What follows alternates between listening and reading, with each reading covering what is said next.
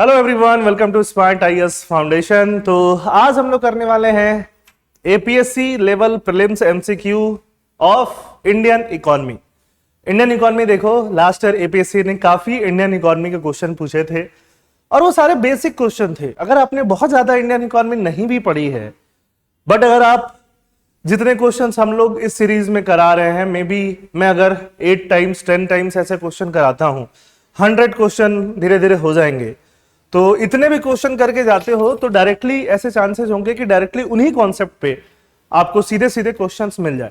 तो जो economy start होता है, इकोनॉमी का बेसिक्स होता है कि जब हम सेक्टर्स ऑफ द इकोनॉमी पढ़ते हैं। सेक्टर्स ऑफ द इकोनॉमी में हम लोग क्या क्या पढ़ते हैं? प्राइमरी सेक्टर पढ़ते हैं, सेकेंडरी सेक्टर पढ़ते हैं, टर्शियरी सेक्टर पढ़ते हैं, है ना। और उसके बाद हम फैक्टर्स ऑफ प्रोडक्शन पढ़ते हैं, फैक्टर इनकम पढ़ते हैं।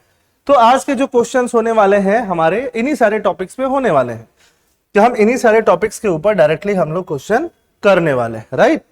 तो स्टार्ट करते हैं। हमेशा की तरह आज फिर 10 क्वेश्चन यहां पे कराया जाएगा। मैं आपसे सवाल भी पूछूंगा जो आप कमेंट सेक्शन में बताइए। इससे क्या होगा कि आपका रिटेंशन इंप्रूव होता है, आपका कॉन्फिडेंस इंप्रूव होता है, आपका जो रेगुलरिटी है, कंसिस्टेंसी है, वो इंप्रूव होता है, जो एग्जाम के लिए बहुत ज्यादा जरूरी है। Consider the following. A river used for irrigation. एक रिवर इरिगेशन के लिए यूज हो रहा है। A tractor used in farming.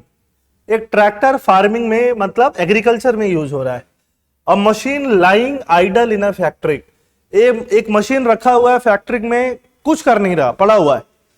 अब बात आ रहा है which of the above qualify as factors of production. इन तीनों में से फैक्टर ऑफ प्रोडक्शन क्या हुआ? तो जैसे ही फैक्टर्स ऑफ प्रोडक्शन मैंने बोला, आपके दिमाग में आ गया होगा कि लैंड, लेबर, कैपिटल और एंटरप्रेन्योरशिप। दिमाग में आ गया था ना। तो लैंड, अब देखोगे इसमें लैंड कहीं भी नहीं है, but land and it's associated resource use होता है। हमेशा हमेशा जो चीज यूज होती है वो क्या है? Land and it's associated resource. वो बिल्डिंग भी हो सकता है, वो लैंड से निकलने वाला पानी भी हो सकता है, वो सारी चीजें। तो अ रिवर यूज्ड इन इरिगेशन, ये क्या है? लैंड से रिलेटेड रिसोर्स है जो कि इरिगेशन में यूज हो रहा है। बहुत सारे लोग जो कॉन्सेप्ट पढ़ के बैठते हैं बट एप्लीकेशन उनको पता नहीं होता है। This is how we can apply the knowledge we actually have, या हम उससे सीख सकते हैं। तो सीधे सीधे लैंड हो गया। A tractor use in the farming. एक ट्रैक्टर यूज हो रहा है फार्मिंग में, ट्रैक्टर तो यूज होता ही है। ट्रैक्टर कहां आ जाएगा? कैपिटल में, फिजिकल कैपिटल है tractor. A machine lying idle. Machine lying idle, पड़ा हुआ है। पड़ा हुआ है तो किसी काम का नहीं है, अभी यूज नहीं हो रहा, तो आंसर इज 1 एंड 2। ठीक है, 1 एंड 2 इसका आंसर होगा। क्यों होगा मैंने आपको बता दिया। अगर यही मशीन यूज हो रहा होता तो आंसर 1 2 3 तीनों हो जाता। फिर आंसर क्या हो जाता? 1 2 and 3 all. Question number 2। Which of the following correctly distinguishes entrepreneurship from each other factors of production. Factors of production है ना, लैंड, लेबर, कैपिटल, एंटरप्रेन्योरशिप।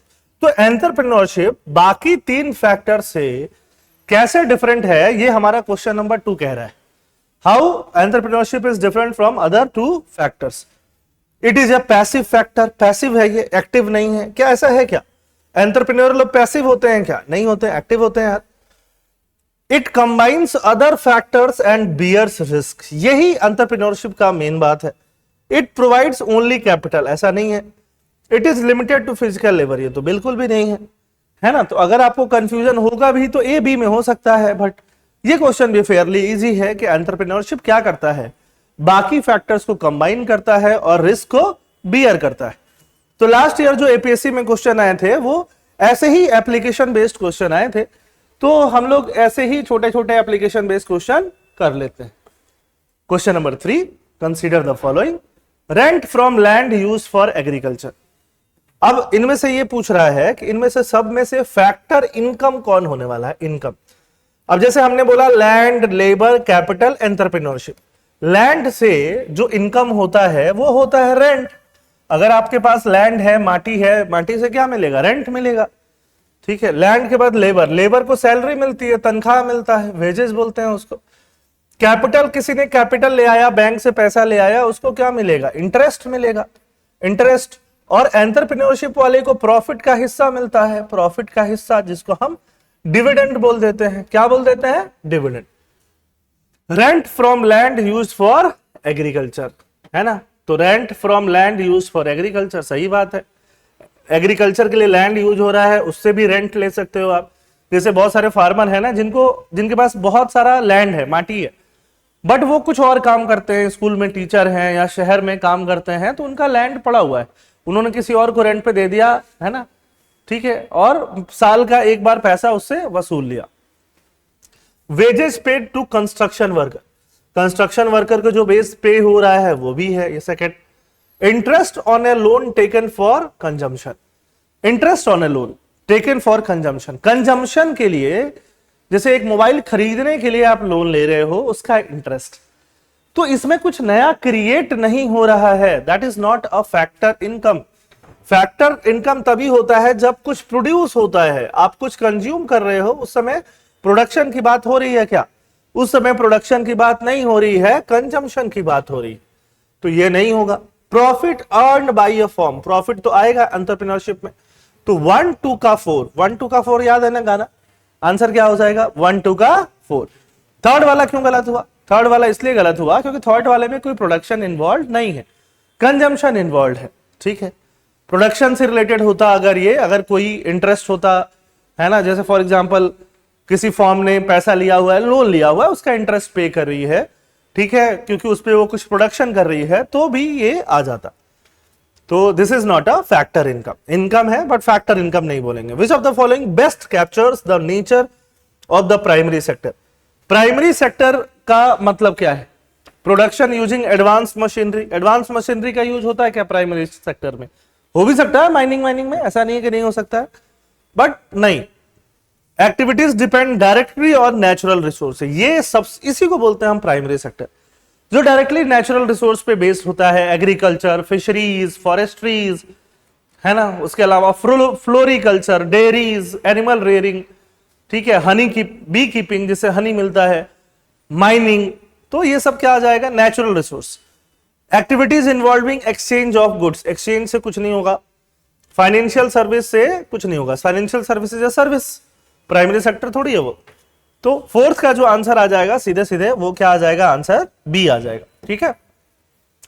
आप क्या कर सकते हो, अगर आपको ऑलरेडी ये सारे टॉपिक्स आ रहे हैं तो आप पॉज कर दो, मेरे क्वेश्चन एक्सप्लेन करने से पहले आप वीडियो पॉज कर लो, वीडियो पॉज करके आप क्वेश्चन पढ़ लो, क्वेश्चन पढ़ के आप खुद से आंसर लिख लो, है ना। जैसे एक फ्रेम में आपको 2 क्वेश्चन मिले, 5 और 6, आप पॉज कर लो, पॉज करके आप खुद से आंसर बता लो, फिर प्ले कर दो वीडियो को, और फिर देखो कि आपका जो आंसर है वो सही है कि नहीं है, और अगर सही भी है तो जो एक्सप्लेनेशन मैं दे रहा हूं वो सही है कि नहीं है, जो आपके अकॉर्डिंग है कि नहीं है।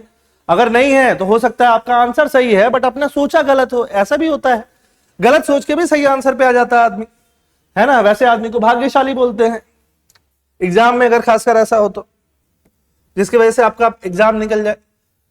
Consider the following statement, secondary sector involves transformation of raw material, सही बात है, रॉ मटेरियल आप लेते हो उसको ट्रांसफॉर्म करते हो, वो क्या हो गया? Secondary sector.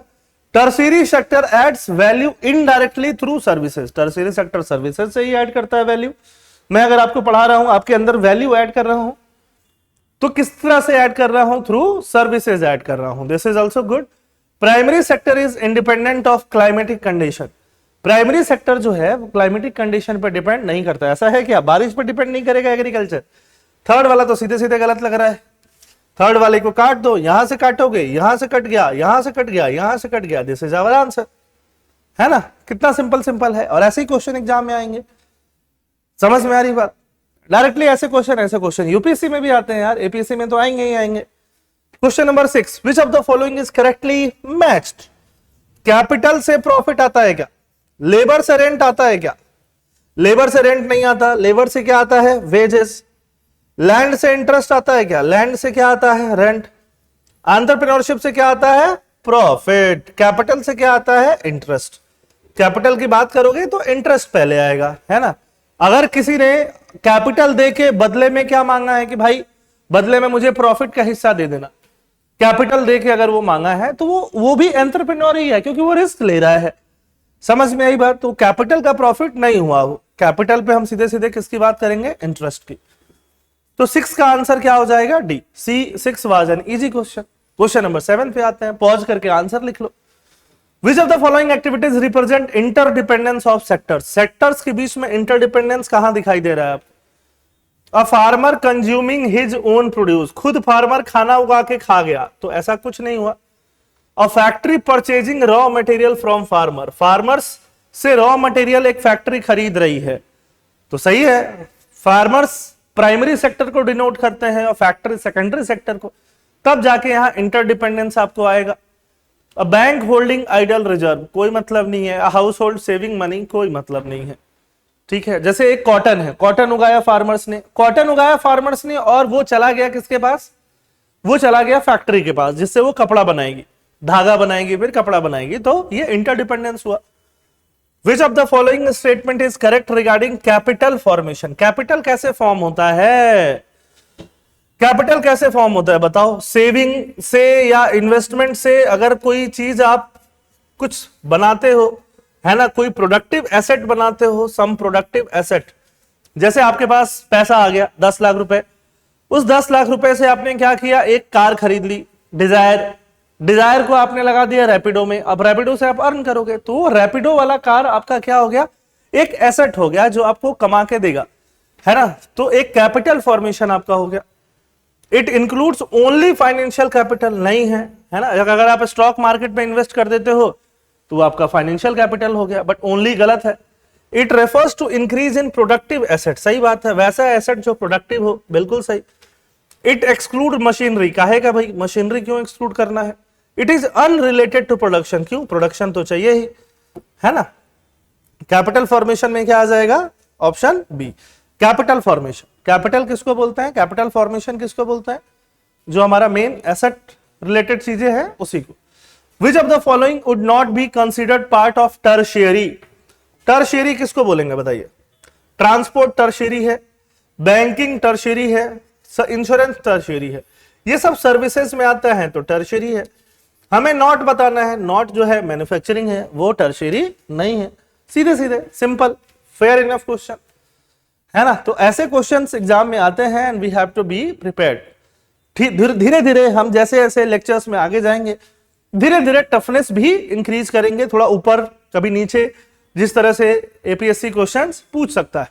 Consider the following, income earn without contributing to production, income earn by supplying labour, income earn by owning capital, इसमें से कौन सा फैक्टर इनकम है? विदाउट कंट्रीब्यूटिंग टू प्रोडक्शन, अगर आपने प्रोडक्शन में ही कंट्रीब्यूट नहीं किया तो फैक्टर्स ऑफ प्रोडक्शन भी नहीं हुआ, फैक्टर इनकम भी नहीं होगा, है ना। लेबर से भी होगा, कैपिटल से भी होगा, लेकिन पहला वाला ही रह गया। पहला वाला रह गया तो 10th का आंसर क्या आ जाएगा? ए आ जाएगा। तो आई होप ये सारे क्वेश्चन आपको समझ में आएंगे। हमने सेक्टर्स ऑफ द इकोनॉमी और फैक्टर्स ऑफ प्रोडक्शन और फैक्टर इनकम, ये टॉपिक्स आज कवर कर लिए। नेक्स्ट दिन जब हम इकोनॉमिक्स में मिलेंगे तो हम जीडीपी में बहुत सारा करंट रिलेटेड एस्पेक्ट भी हुआ है, रैंकिंग ऊपर नीचे हुई है, वो सारी चीजें हम करने वाले हैं नेक्स्ट जब इकोनॉमिक्स के लिए नेक्स्ट थर्सडे जब हम मिलेंगे तो जीडीपी, ग्रोथ, डेवलपमेंट, इनसे रिलेटेड हम 10 क्वेश्चन करने वाले हैं। तब तक के लिए थैंक यू। और थैंक यू बोलने से पहले एक चीज मैं वापस बोल दूं आपको कि इसके बाद स्लाइड में आपको क्या मिलेगा? नेक्स्ट में एक्सप्लेनेशन मिलेंगे और आंसर मिलेंगे, तो आराम से आप आंसर और एक्सप्लेनेशन को भी पढ़ सकते हो, ठीक है, जब भी आप नीचे से पीडीएफ डाउनलोड करोगे लिंक से, ठीक है। थैंक यू, जय हिंद।